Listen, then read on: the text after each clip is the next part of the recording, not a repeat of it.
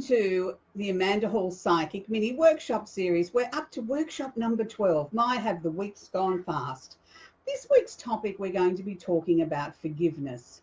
So I'd like to take the opportunity to welcome everybody here. I hope you're having an absolutely awesome week wherever you are in this planet of ours. And it's really lovely to sort of talk to everybody and see everybody that's here during the week as we go through these amazing workshops.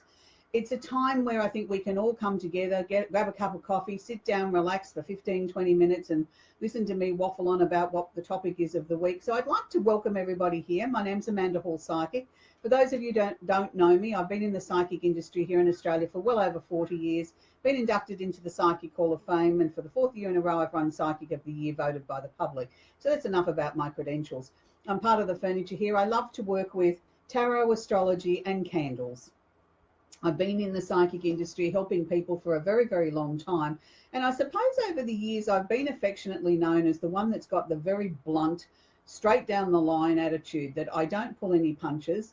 I like to sort of be very open and honest with people. And I feel that that's the best way I've been able to help people over the years. There's no point in prettying up the truth.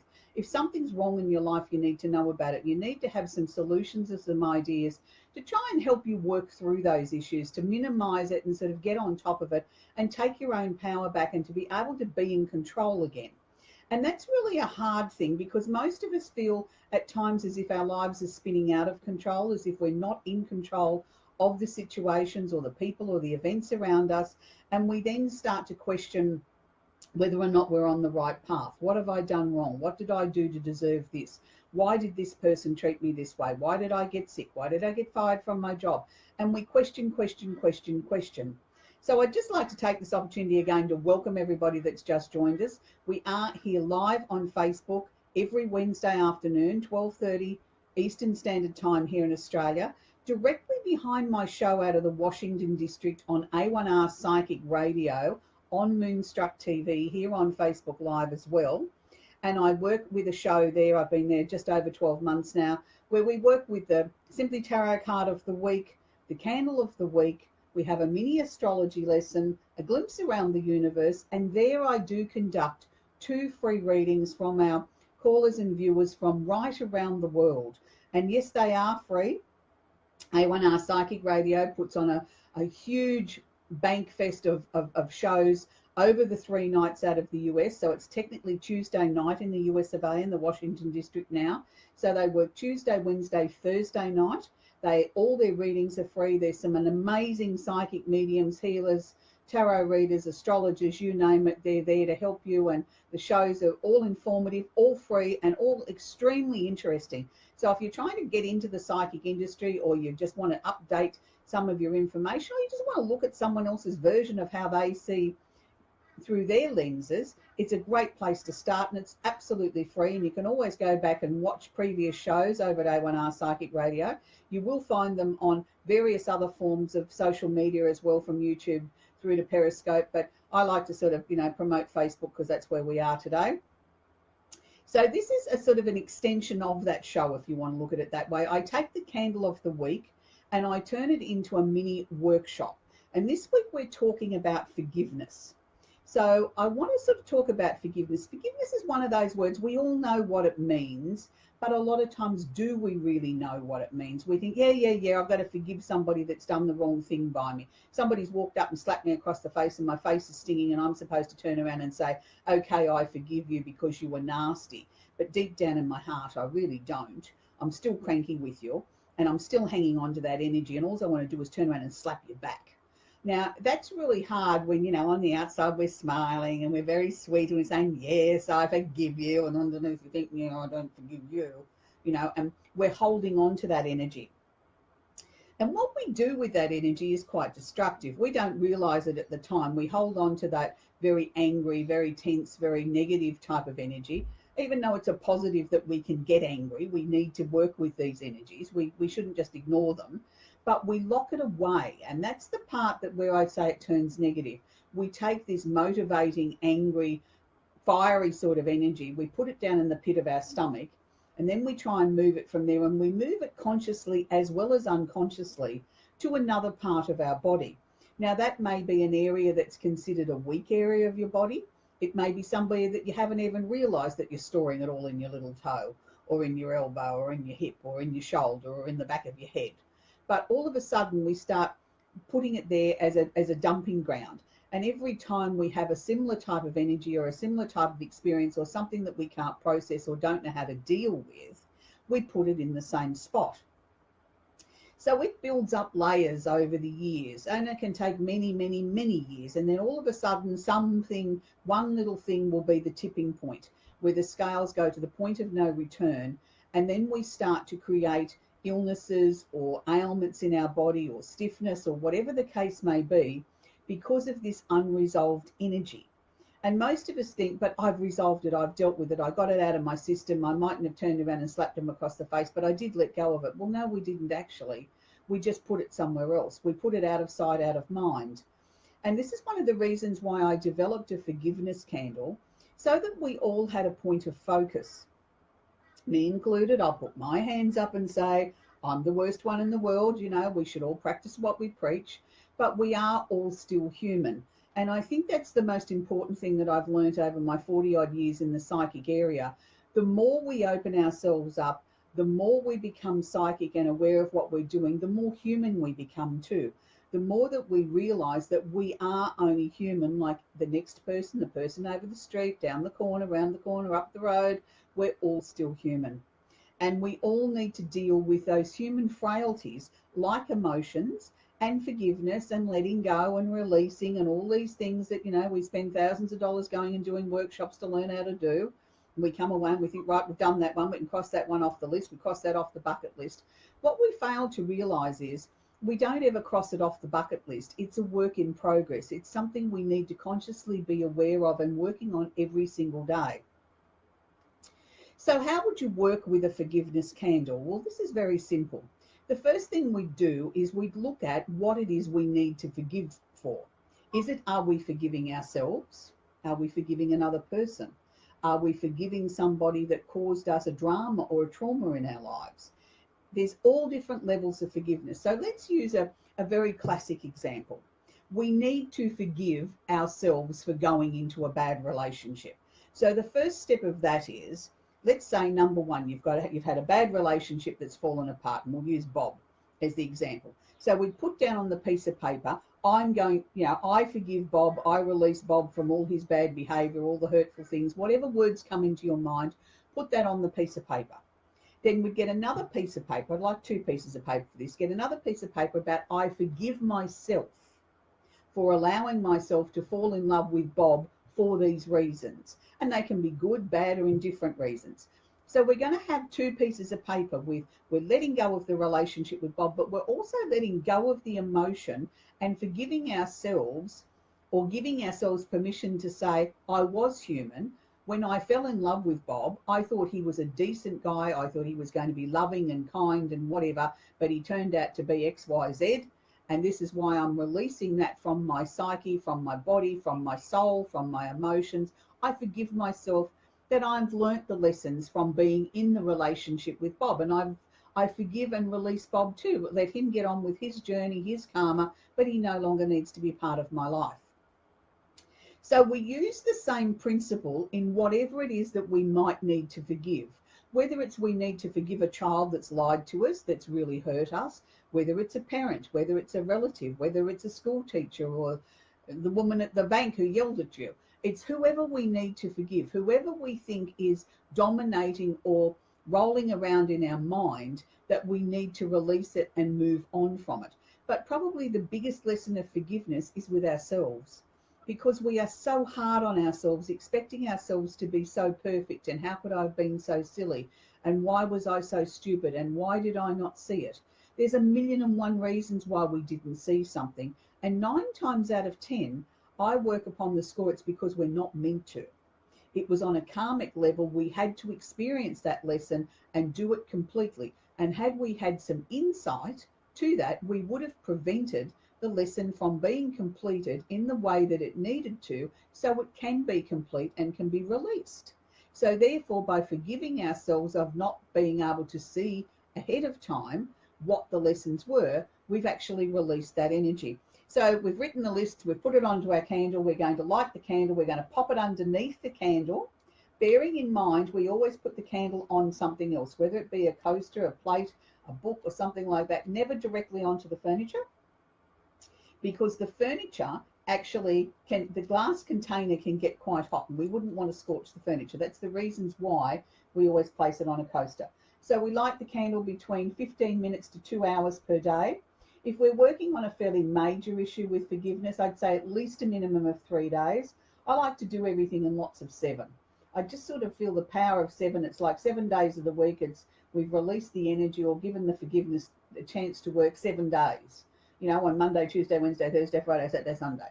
We've given it every single day. If you're using an extra large candle like this, you may want to use one burn, you know, like 1 week today and the other side tomorrow, or you may feel that you really need an extra push and you'll light both sides of the candle to sort of really get that forgiveness going out to the universe. Whichever way feels right to you is how you should do it. Please never leave a candle unattended under an open window, under a curtain, under a fan, an air conditioner, around children and pets. Always make sure that you're close by to your candle. It's very, very important. You will sort of become sort of almost mesmerized, I suppose, after a while by the smell of it, that you don't really smell it. You are sensing it, you are taking on board the scent and how the candle's been infused for forgiveness, but you don't necessarily consciously sit there going, oh, doesn't that smell nice? And yes, I can smell the forgiveness in the air. It just becomes part of our psyche. So be aware of that. Always make sure that you don't leave them unattended. You will get between 60 to 100 hours. I can get 100 out of mine. They recommend on the website of my candle supply place only 60 hours. I think they're wrong. I've had up to 100 out of mine. Then we have the mini candles, which is the travel pack of forgiveness, but you can make up a travel pack of any 3 candles that you like. This week I'm just featuring 3 forgiveness candles. These are great to take to work, pop on your work desk, take traveling with you. You may be going to a family gathering where not everybody gets on and you think, oh my God, I don't want to go there. There's going to be arguments, there's going to be fights. This would be the perfect time to take one of these, turn it around so nobody can see the word on it, just light it, you know, in a couple of spots as a decorative thing and put the forgiving energy all the way through the gathering, through the party, and see the difference where they won't even realise, but all of a sudden people that have been in war with each other for years are all of a sudden having a conversation and looking like they're having a good time.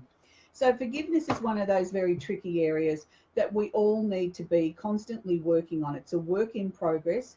It is something that we all need to focus on.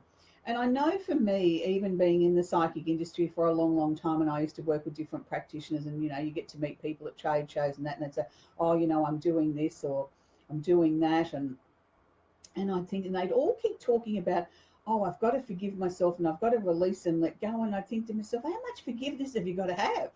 You know, they're always working on this, you know, look, my business will get better when I release this, or my business will get better when I forgive my mother because she smacked me around the ankle, you know, gave me a smack on the bottom when I was 5 because I broke a best cup. And I think to myself, why are we getting so bogged down in things? Yes, it's good to acknowledge it, accept it, forgive it and release it, but we don't have to keep going back over and over and over and over and over it. We've done it once, that's enough. So, you know, I think sometimes as practitioners, I think we get bogged down in trying to be overzealous and overdoing the lesson. So we also have to be aware of that too, that, you know, how many times do we have to forgive the same situation? Yes, there may be things like a bad marriage. There's a number of layers or 100,000 layers that you've got to forgive. Instead of individually writing each one of those things out, let's put it as a collective. I forgive Bob for all that he said and did in the duration of our relationship, from the beginning to the end, including the marriage. And then that covers the whole thing. We don't need to break it up into small, minute pieces. You know, it may take 3 lots of 7 of working on forgiveness to release that bad marriage to Bob. But you'll know in your soul when you feel lighter, when you feel no longer things are coming into your life, no longer are things coming into your mind where he's bothering you or memories are bothering you anymore. So you know then that that's complete, and that's how you know it's complete. And I'm not saying that we have to forgive everybody. Well, when I say we have to forgive, I really do believe we should forgive. Do I believe we should forget? Definitely not. I don't believe that we should just completely forgive somebody and forget it ever happened. Yes, we forgive, we release the emotion, we don't hold on to it in our body, but we also say, now hang on a minute, that person did XYZ, they do not deserve to have me as part of their life again. I've forgiven it, I've released it, I've set them free, but thank you very much, I no longer want you to be part of my life. That's quite acceptable to me because we've dealt with the emotion. We're not locking it up in our body subconsciously or consciously. We've processed it, we've released it, we've dealt with it, we've forgiven it, but we haven't forgotten. It's a bit like history. We should never forget history. We learn from that history. Hopefully, generations going forward can learn by the previous adventures of our forefathers. Well, that's how I look at forgiveness and the issues or the situations that are our personal history. Hopefully, somebody else may learn from that. It may even only just be us and our soul that we learn from that, that we don't have to repeat that lesson or that karma again in a future lifetime. So this is why it's so important to be able to forgive. So I hope I've been able to help you in some small way today understand what forgiveness is about, why we need to forgive ourselves. This is not a workshop where I'm going to answer readings. It's not going to be a time like that. Each week my objective is to bring a topic to the forefront to help educate people that might be interested in learning more about particular subjects. I'm happy if you want to personal message me with some ideas for shows that you might want coming in the coming weeks, and I will weave them into shows as we go along. I can't promise it'll be next week, but over the course of the months, we will address anything that people have brought to my attention that they would like me to talk about. Also, it's also about helping people understand a little bit more about themselves. So each week, as I said, we'll cover a different topic. Next week, we're going to cover the energy of Taurus. So for all our beautiful Taurians, tune in next week for that one. We'll have some light-hearted banter, some positives and negatives about Taurus and how the Taurus energy works and why we like or dislike the Taurus energy. But I'd like to sort of get you to share this along with your friends. You know, even if my job is to help one person each week, if we can all do that collectively as a team, then we're getting the word out there in a much, much more positive way. So for anybody that's interested in purchasing candles, having a reading, booking a chart, doing a course with me, if you type the word Facebook in capital letters in the coupon box over at my website, amandahallpsychic.com.au, you'll get a nice little discount there. And we offer free postage here in Australia. For our international viewers, unfortunately, we can only offer a flat fee. So I suggest if you want a few things, save your pennies up and order them all in one go, and we can offer you just that flat rate of postage anywhere in the world for no matter how much you purchase. So as I said, next week we're going to be talking with the Taurian energy. I really enjoy my time here working with you on Facebook, on the Facebook Live mini workshop series, and the time is flying by. Next week, as I said, we'll be talking about Taurus, but don't forget to tune in that half an hour earlier to A1R Psychic Radio on Moonstruck TV for my previous show, Amanda Hall Psychic Show out of the USA, out of the Washington district. So the two sort of go hand in hand. If you want to binge watch any past episodes or you haven't got a chance to watch them live, you'll find a little connection there on my blurb where you can go back. I've set up a page for binge watching. I don't shout out and say hello to everybody as we're going through the workshop, but I will in the next 24 hours say hi to you, even if it's just a wave and a hello, Mary, thanks for watching, whatever. I do like to try and do that, and I'd rather focus on keeping focused on the information at hand during the workshop rather than sort of giving a shout out to everybody that's joined us. So I hope you've had an absolutely awesome week. And I hope you survived the full moon in Scorpio, which we are still in the tail end of that energy. So if you're still feeling a little bit titchy and haven't had a lot of sleep and it's brought up a lot of emotional issues, now's the perfect time to start releasing with your forgiveness.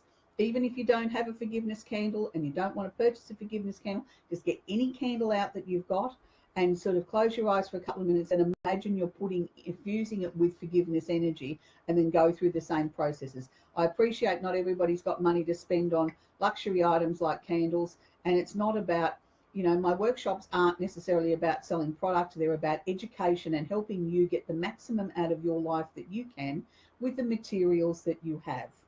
So until next week, I look forward to seeing you again on A1R Psychic Radio, plus also here on Facebook Live for our mini workshop on Taurus next week. You'll find links in the blurb to my weekly blog. You'll also find that there's, I put up cards of the day. I put up all the information from my show on A1R. That all feeds through my social media. So you've got plenty of things to keep you entertained in the next week. Have a great week. Bye for now.